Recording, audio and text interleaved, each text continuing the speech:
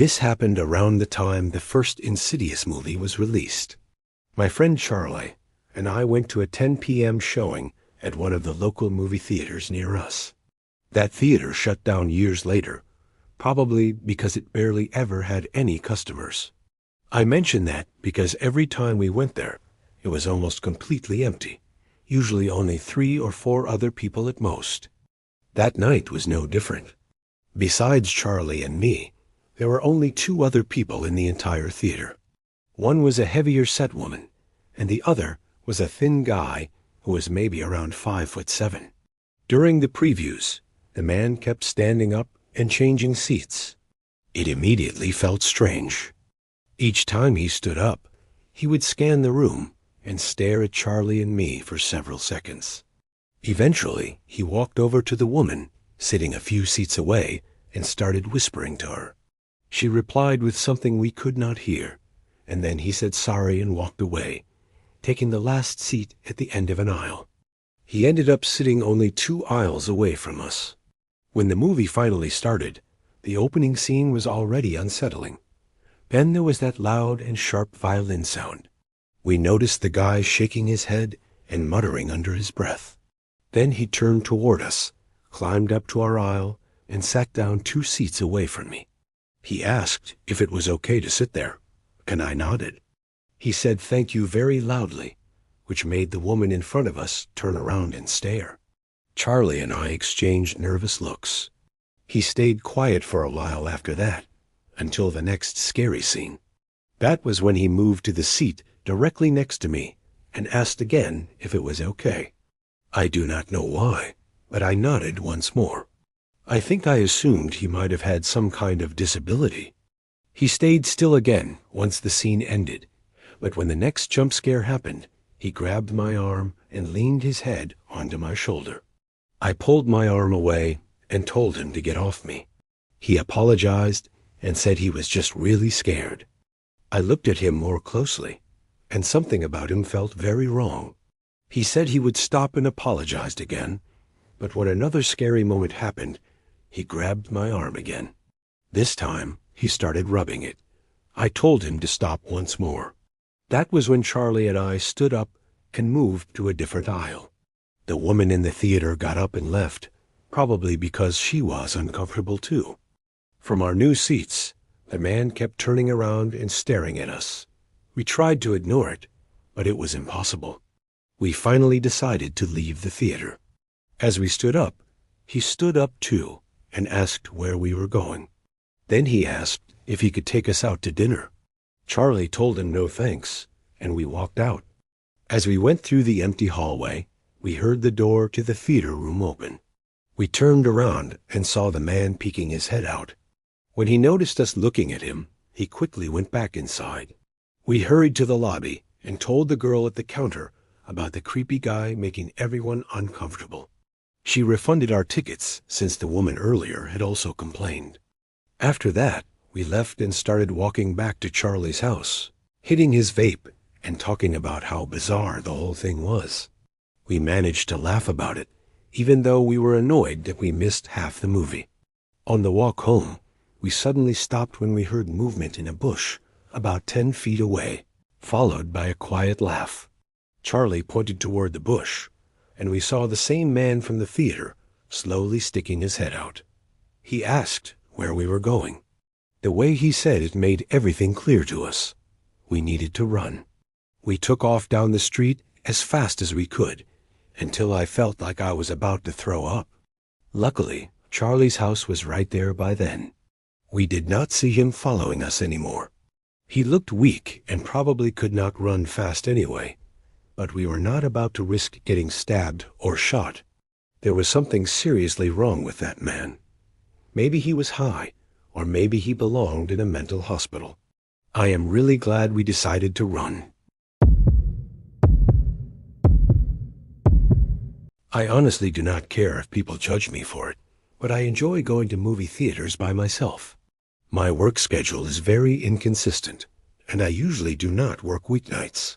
So on a stormy Wednesday evening, a night when most people would not even think about driving to a movie theater, I decided to go anyway. I have always preferred avoiding crowds whenever possible. That is just how I am. This was back in 2017, and I went to see a quiet movie that probably was not high on most people's must-watch lists. Just like I expected, I was the only person in the theater. I chose a seat right in the middle of one of the higher rows and stretched my legs out onto the seat in front of me. About 20 minutes into the movie, I noticed someone a few aisles away. I did not see them come in at all. The scene on screen at the time was very dark, so the theater itself was dim. The person was not sitting normally in a seat. All I could see was the top half of their head peeking over the back of the seat, facing a direction that was definitely not the screen. It was too dark to tell if they were staring at me, but when the movie cut to a brighter scene, the room lit up enough for me to see that they were basically looking right at me.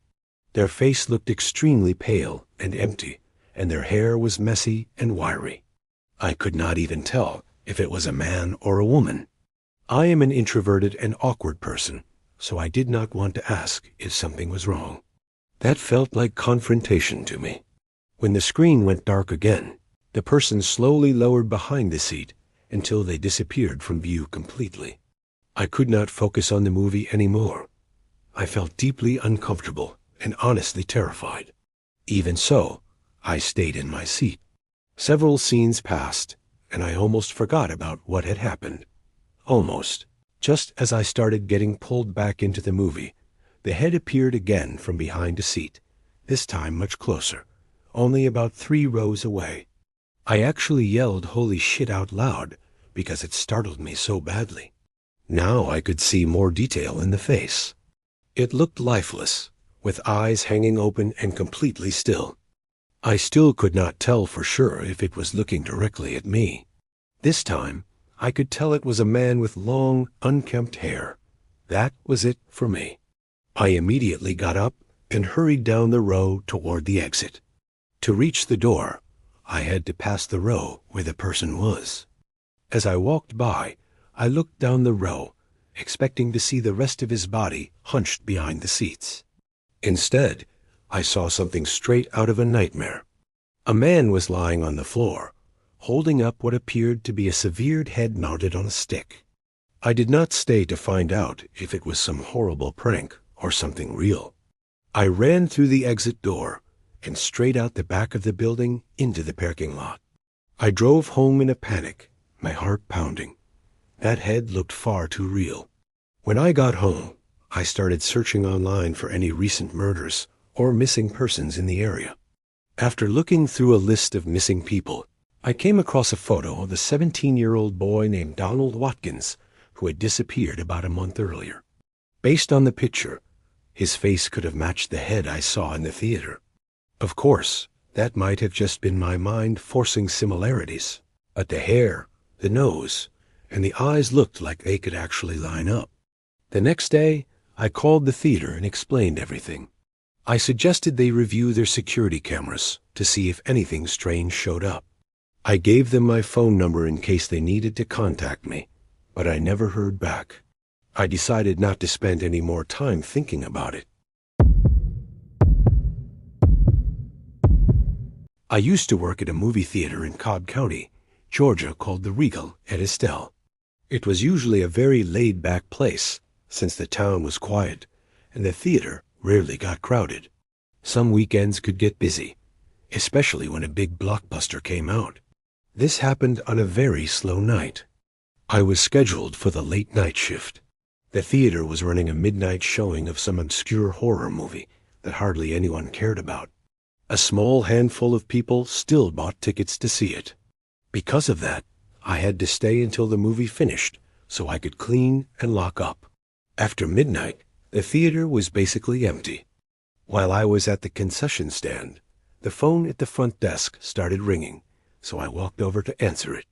After I said hello twice, a strange voice finally responded, asking what time we were open until. The voice sounded creepy and far away, like he was whispering or standing extremely close to the phone. I told him the midnight showing would end around 2 in the morning. He replied, "I will see you soon." I opened my mouth to respond, but could not figure out what to say. Then he hung up. I really did not like the way he said that. I went back to the concession counter and killed time by scrolling through Instagram and other apps on my phone. A few minutes later, the phone rang again. I did not want to answer it because I had a strong feeling it was the same person. Nobody calls a movie theater that late. Still, I went over and picked it up. Just like before, there was no response until I said hello a second time. It was the same voice. This time he said, "I am on my way." I told him the movie had already started, and there was no point in coming since I could not sell tickets that late. He hung up again. I assumed it had to be a prank, maybe from one of my friends, although the voice did not sound familiar at all. As the movie was getting close to ending, I started vacuuming the lobby and hallways, then moved on to cleaning the bathrooms. While I was in the bathroom, someone walked in and went into one of the stalls. That usually meant the movie had just ended, so I stopped cleaning and went back to the counter. People were exiting the theater, so the movie was definitely over. Once everyone left, I locked the front doors. The only thing left was cleaning the auditorium, which should have been easy since only a few people had been there. I grabbed a broom and started checking the aisles for trash. There were a few popcorn spills and some wrappers. It should have taken only a few minutes, but I never finished. I suddenly heard a disturbing giggle echo through the room. I immediately turned and looked down the rows of seats. I asked if anyone was there. I quickly left the theater with the broom and dustpan, holding the broom like a weapon.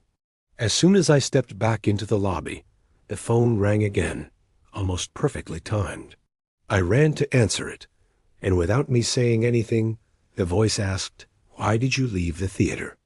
I hung up instantly and called the police, asking them to come as quickly as possible. I waited in my car until they arrived and explained everything about the phone calls and the laughter I heard inside the theater. The officers told me to calm down and asked me to check the number that had been calling to see if I recognized it. I went to the phone records, copied the number, and entered it into my phone. It belonged to one of my close friends, Joe Peterson. That explained everything. He must have been messing with me. The officers laughed, and once I told them I was okay, they left. I did not want Joe to get in trouble. I went back inside and called out his name, checking the theater and the rest of the building, but he never answered. It seemed like he had already left. I texted him and tried calling him, but got no response. I locked up and went home.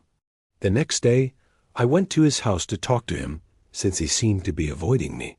He told me he had lost his phone and believed it was stolen at a bar.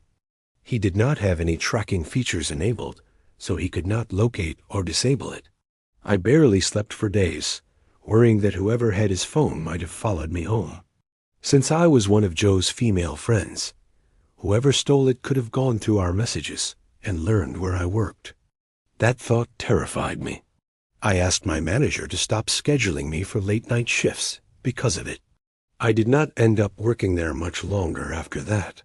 If anything else ever happens, I would update. But it has already been more than a year.